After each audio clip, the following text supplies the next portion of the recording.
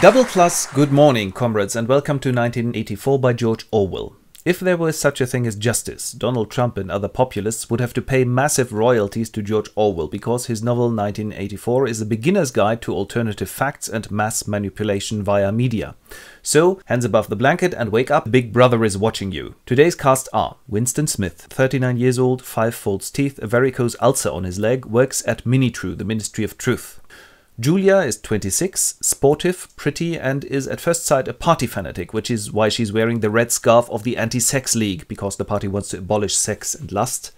And after retiring as a Starfleet engineer, O'Brien is a member of the Inner Party, which is why he's wearing a black overall. He's absolutely trustworthy, anyone can see that at first sight. And then there are neighbors, colleagues, proles, a kind of subhuman species in this totalitarian state, and our friends from the Thought Police. The novel is set in 1984 in London, which belongs to Oceania, one of the 3 superstates that wage global wars incessantly on each other. Winston is at home in his flat and sits in front of his diary. Dear Diary, I saw your cream-colored paper and knew I had to write in you, even if it means capital punishment because of thought crime against the party. In this corner the telescreen won't see me. This is the telescreen. Ingenious idea of Orwell's. A device that incessantly entertains and spies on people and is never switched off, just like the computer or smartphone in front of which you are just sitting. Always this propaganda, including the 2-minute hate every day. That's something like a commercial break. For 2 minutes, every citizen hates public enemy number 1, Edward Snowden. Emmanuel Goldstein. Today, there was this girl, black-haired, good-looking. She must be a Thought Police spy, but luckily O'Brien was there as well. I'm sure I can trust him. Knock, knock. Mrs. Parsons, the neighbor, enters and goes, Comrade Smith, could you repair our sink, please? If it's absolutely necessary, and he folds himself under the sink, and has hardly repaired it when he is hit by the catapult of the little asshole kid of Mrs. Parsons and goes, Oi, you! Goldstein, thought criminal! I want to see that execution, Mum! And Winston's glad that at least he didn't have any children with a woman he was married to and from whom he lives separated since many years. At night, he first dreams of his mum and little sister who vanished when he was still a child. No! And then of the Golden Country, a kind of beautiful rural landscape, including the party fanatic of the 2-minute hate this noon who rips her clothes off. No! Also, the telescreen is just ringing. Morning exercise! Get up, everyone! All the way down, Smith! And he has to really hurt himself with his gymnastics before he's allowed to go to work. I'm working at Minitrue, the Ministry of Truth. This is my desk in front of the telescreen. And here I correct newspapers. Like, if someone is vaporized, has never lived because he has been a thought criminal, then obviously he can't have been in the newspaper, so we edit him out. The party controls the past. Moop. Lunch break. During lunch break, he first meets his colleague Syme. You got any razor blades? No, sorry. And in order to distract from the fact that he's lying, so how's the Newspeak dictionary coming along? Yeah, getting on really well. We got fewer and fewer words until nobody will be able to think wrongly ever again. Only good think will be left. When Parsons is coming along. Hello, Smith, you got any razor blades? No, sorry. My, he's stinking of sweat. And he turns around, and that girl's sitting there again. No, she's looking at me again. And at home he writes in his diary, which he's keeping very precisely now, Dear Diary, I have to admit something. A couple of years ago I frequented a prostitute. She was really old, but we still did it to spite the party. This is so sick. Our only hope lies in the proles, or I'm going mad. Freedom is the freedom to say that 2 + 2 makes 4. And because he feels absolutely rebellious now, he takes a walk to the proles quarter. Wah! Rocket bomb! But he's lucky. It's a state of war, bombs all over the place. So he goes to a pub and meets an old man. Rare occasion. People usually vanish at a rather young age and get vaporized. And he says to the old man, Tell me, how was it once upon a time in capitalism? You must know this. Were the capitalists really all such pigs? Yeah, the capitalists, one of them even pushed me once. Sigh, because he can't get anything reliable out of the old man. And automatically his feet carry him to the junk shop of Mr. Charrington's, which is also in the workers' district and where he has bought the diary he's using now. What's this? It's a paperweight with a piece of coral, but I've got something to show you. I've got a spare room upstairs. And Smith is enthused. Boah, a spare room! What's this on the wall? It's a picture of an old church name of St. Clement's. Orange and lemon say the bells of St. Clement's. Gesundheit. Well, that's only a nursery rhyme.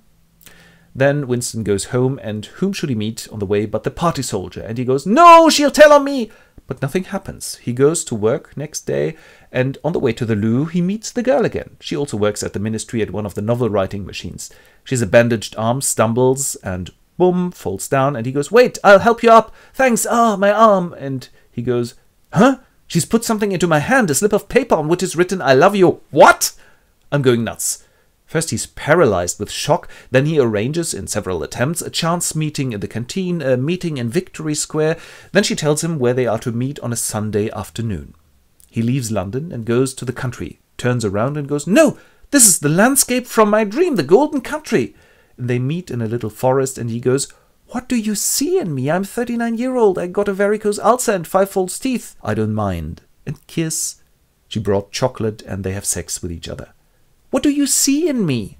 Someone who hates the party too. My mission is sex. I've done it with dozens of men. That doesn't really trouble Winston. They have a good time together. They meet again, sometimes in the spare room of Mr. Charrington's, and they look out of the window and go, we are dead already, because they know they'll get caught sooner or later. And she goes, but not yet. When he is at work again someday, he's got a lot of work to do, and on the way to the loo, he meets O'Brien. Hello, Smith. You write such an elegant newspeak. If you want to have a look at the latest edition of the dictionary, drop by at my place. And he gives him his private address. And Winston goes, yes, I've always known it. He's part of the resistance, Goldstein's brotherhood. Then he's at their love nest with Julia again. They sleep and he wakes with a start. I've had this nightmare. I dreamt how I betrayed my mother and sister as a kid. We were starving. I stole part of their chocolate and run away. And when I came back, they were gone, never came back. And she goes, well, kids are always pigs. Listen, when we get caught, we'll certainly confess, cause everyone confesses. That's true. But I will always love you. Me too. And they go to O'Brien's place together, although Julia hadn't been invited. He receives them, and first thing he does is switch off the telescreen.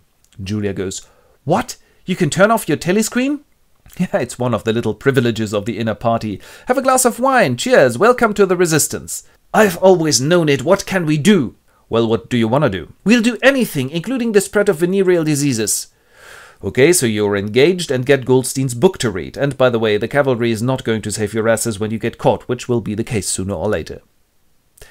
Next thing, there is Hate Week, which means a gigantic propaganda effort is made. Masses of people hate away at the enemy, and a party representative delivers a great speech. And in the middle of his oration, he goes, Oceania is at war with Eurasia, at war with Eastasia. We've always been at war with Eastasia.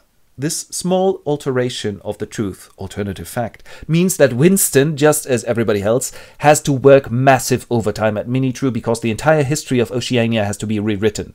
Well, at least I got Goldstein's book from a courier, and he reads it, first alone, then together with Julia when they are at their love nest. He reads to her.